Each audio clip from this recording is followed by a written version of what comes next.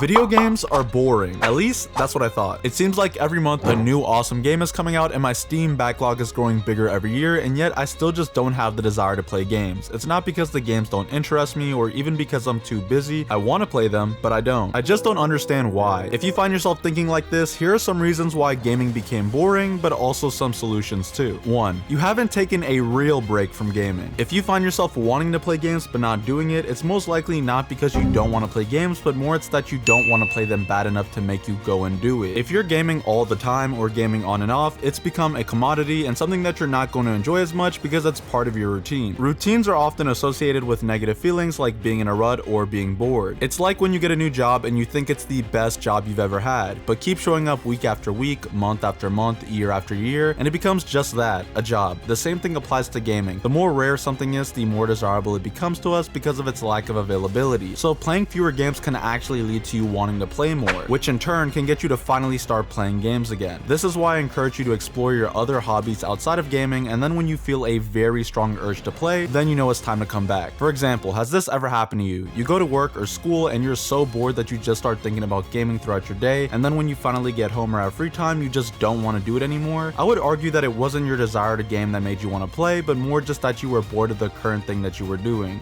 Variety is the spice of life, meaning new experiences and changes to your routine can make life more fun, and if you're constantly gaming, taking a long conscious break can help you to reset and come back later after you've explored your other passions and interests. 2. You only play one game or one genre of games. League, Valorant, Fortnite, Apex, COD, CSGO. These games are really addicting and super fun to play, but playing these games and others can lead to burnout fast because you become more tied to the game itself and its mechanics than what you probably came to the game for, which was to have fun. Because of things like rank and elo, over time we slowly develop a connection to the mechanics and progression system of a game, and in the case of many multiplayer games today, even the community. This way, the game itself and the separate scoring system form a loop that makes sure that the more you are invested in the game and its mechanics, the higher your score goes, constantly feeding your sense of accomplishment. Multiplayer games have made sure to capitalize on this. I like money! Because eventually you will get invested enough that the game will feel like it's a part of your routine. This is again why variety is so important. Today, there's an abundance of amazing indie games, but many people still haven't tried them yet because they're still stuck on the same one or two titles. If you're into games like Fortnite, maybe try out a game like Risk of Rain 2, which is a third-person shooting and roguelike elements that are kinda similar to having to restart every time you drop into a new match and loot up like Fortnite. If you're into games like COD, maybe try a completely new direction and play a game like Hollow Knight or Cuphead. A lot of what makes your comfort game fun is the community or friends that you play with, so try inviting them to join you in a new game or check out the Discord communities for the game you are interested in, and then find friends to play with that way. And with Steam having the remote play together feature, only one of you has to buy the game to play any local co-op game together over the internet. By exploring other games and genres, it'll make gaming feel fresh and give you new challenges and a new game to conquer, which will help break your routine of pressing start match on that same old game. 3. You're chasing the nostalgia rabbit. Every generation always talks about the glory days of gaming, whether it's Prime Fortnite, Modern Warfare 2, the N64 days, the Wii era, Halo 3, or Halo Reach. It seems like everyone that's been a gamer for a while has this golden age of gaming in their head from when they were younger. I'm not saying that those times weren't special, because they were, but what I am saying is that the only thing that remains constant is change. Nothing will ever be how it used to, and that's okay. Playing any game with the intention of filling the void that another game gave you is pointless, and you are setting yourself up for disappointment. Even playing the same game years after that golden period won't give you that same feeling because you're simply at a different point in your life, and so is the game itself. It is better to play a game with the intention of having fun and having new experiences than it is to play a game to recreate old memories and feelings. 4.